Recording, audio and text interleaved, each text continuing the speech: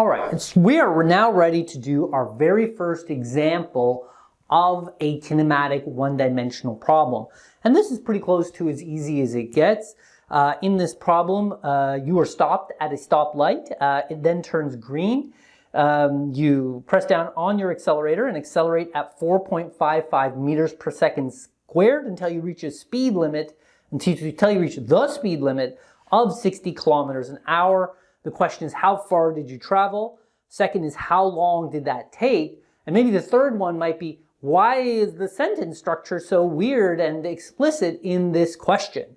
The answer to that last one is, I've very purposely written it in a way that should make some of what's happening very, let's say, overly obvious, just because it's the very first problem that we're doing in one-dimensional kinematics. But as we go, the language should get more and more natural, and eventually we will get to the point where we should be able to use regular everyday kinds of languages without too much details to do these problems. All right, so if you recall what we learned about problem solving, now is a very good time to take into account the steps that we take. And so let's get started with some modeling of what is happening in this problem. And so let's say that we are in a car. We're stopped at a stoplight. The light turns green. We hit the gas, as you might say. And then we're accelerating at a constant rate, which is given of 4.55 meters per second square, until we hit the speed limit of 60 kilometers an hour. That's where the problem ends. It doesn't say that you then start going constantly. There's nothing else after that. So you're going from 0 to 60 kilometers an hour at 4.55 meters per second squared. Okay, I got that. So what am I actually asked to find here? I want to know how far I traveled, as well as how long did that ride take. And so basically it looks like you're looking for your displacement in part A and your time in part B. If you're feeling pretty confident about this problem, I do invite you to pause it now and give it a shot, and then hit play and see how you did. But this is the first time we're doing these problems, so feel free to not do that. All right, so now that I've given it a little bit of thinking, a little bit of modeling, I want to visualize my problem at the same time as modeling. And so I'm going to draw a fancy car. There we go. There's my car at its stop light. And eventually, it's going to hit 60 kilometers an hour over here. And it looks exactly the same. And so how do I differentiate between those 2 points? I label them. First of all, I make an axis. I'm going to call this my positive x-axis. I'm going from over there to here, and I'm achieving that by an acceleration. And so now I start writing other terms that I know. And if I can put them on the diagram, all the better. The first place that I'm going to write is my initial position. How am I going to represent my initial position? Well, this is x1, and the standard procedure is to make it 0. We don't know where you are. Are you in Pickering? Are you in Hawaii? I have no idea. So where's x1, what is x1 equal to? You get to set it equal to whatever you want. You want to make it 30 meters? You can. But why would you do that? Make it 0. It makes the math easier. It's simpler to understand. And so we have x1 equals 0, as well as our final position here. We can call that x2. We don't know what that is. And in fact, part A is asking, how far did you travel? So I'm going to put a question mark there. That represents an unknown that I want. I want to figure out what that is. Okay, so I've talked about position. Let's talk about velocity. What do we know about the velocity of the car? Go ahead. Think about the initial velocity, Vx1, and the final velocity, Vx2. Good. Since we are starting at a stoplight, we can correctly assume the initial velocity is 0. And we're also given what our final velocity is. Right out of the equation, it very plainly says that you reach 60 kilometers an hour. Now, you need to know right away that kilometers an hour is a very standard unit of measure, but it is not in the SI units. And so I need to convert it to SI units right away. How do I get kilometers an hour to meters per second? You may know a simple multiplication to do, but I will show you in detail by getting rid of the hour and replacing it with a second.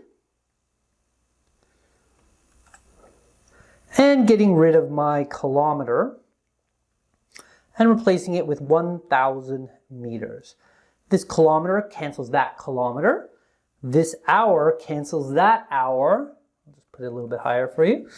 And as you can clearly see here, what we're left with is meters per second. So multiply by 1,000, divide by 3,600, gives us a final velocity of 16.67 meters per second. I'll just keep a little bit of extra digits lying around. Let me just make sure I have everything. Yeah, looks good, looks good. And finally, are there any other terms that we have or that we're looking for?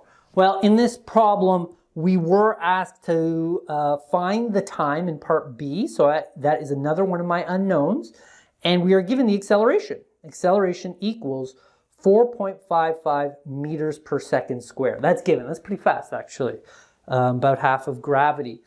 And so what you have here is a list of known and unknown values. You have your visualization diagram that has an axis and a 0 point on it. So we've achieved what we wanted with our setup of the problem.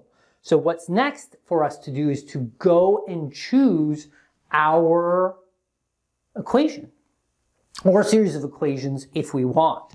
And so we have 3 kinematic equations, and we need to select which one is the best to do.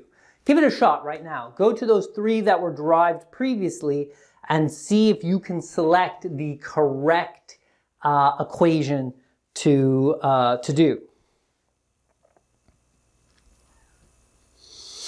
One way to think about how to do it, and please keep in mind we are trying to do part A first, so how far did you travel? So in part A, notice that we are asked to find the final position, but we yet don't have the time. We haven't calculated the time. And so if we're doing this in order, we have to find an equation that doesn't have time in it at all. And that equation is equation 3. If you go back to our derivation, you look at that equation right there. It says that the final velocity squared is equal to the initial velocity squared plus 2 times the acceleration multiplied by our final position minus our initial position. No time at all. We're not asked for time. We're not given time. And so this is a very logical equation for us to do. And we can solve for our unknown because it's in there, x2. So I'll choose equation 3. And I'll write it as Vx2 squared is equal to Vx1 squared plus 2ax x2 minus x1, like so. We got our eyes on the prize. We want x2. For some people that may have taken physics before this, you might have gotten into the habit of substituting numbers in at an early point during your problem solving. I highly dissuade you from doing that. Do not be plugging numbers into your equation until you're ready to solve for the unknown. Don't do algebra with numbers. That's way harder than trying to do algebra with letters. And so let's, actually we'll substitute one number. There is one number that can be substituted at this time. In fact, it's very, very logical for us to substitute it at this time. And that one is 0. If something is equal to a velocity of, or position or anything of 0, you might as well put that in at this time. And so we do have a few of those. If we look at our list of values, we have our initial velocity was 0 and our initial position too. So let's put those in. So this is 0, this is 0. Rewriting that equation, it looks a lot simpler. the final velocity is just equal to now 2 times acceleration times final position.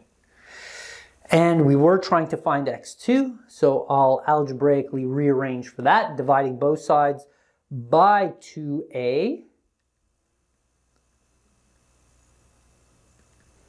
gives us that equation there, which can be very easily simplified,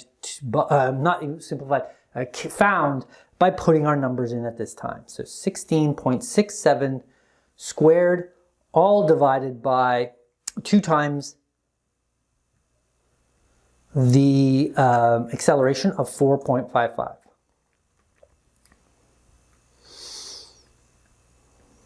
All right, so throw those into your calculator and write down your final answer. Make sure that you're writing it with the proper number of significant figures. How many sig figs do we have in this problem? Going back to my original problem, looks like everything's in 3 sig figs. And so you throw that into your calculator and you should get a final position of 30.5 meters. So the car has only traveled 30.5 meters by the time it hits 60 kilometers an hour. Is that realistic? Let's assess this number to see if this makes any sense. Now, 30.5 meters is not crazy far. It's quite close, in fact. But the acceleration of 4.55, I mean, that's fast. That's a big acceleration. It's half of gravity. And so 30.5, it's a positive number. It's not too big. It's not too small. I think it's good. I think we're going to keep it the way it is, allowing us to move on to part B, which asks how long did it take? And so this time in part B, we are asked to find the time. And so go ahead and choose an appropriate equation. We've already done all the modeling. We've done all the visualization. We're going right to the solve part. Which equation should we use? Some of you are saying equation 1. Some of you are saying equation 2. They're both appropriate in this case. We have all other known values now that we solved part A already, where we had the final position. And so we could use any equation. I'm going to choose to use equation 1. The reason I like equation 1 better than equation 2 is that equation 1 doesn't have the final position. So it's not reliant on me doing part A right. I can actually solve this just from the conditions given in the question. That's only useful in case I had made a mistake. And so going back to equation 1, I have that nice easy equation that the final velocity equals the initial velocity plus the acceleration times the time. And so let's grab that as well.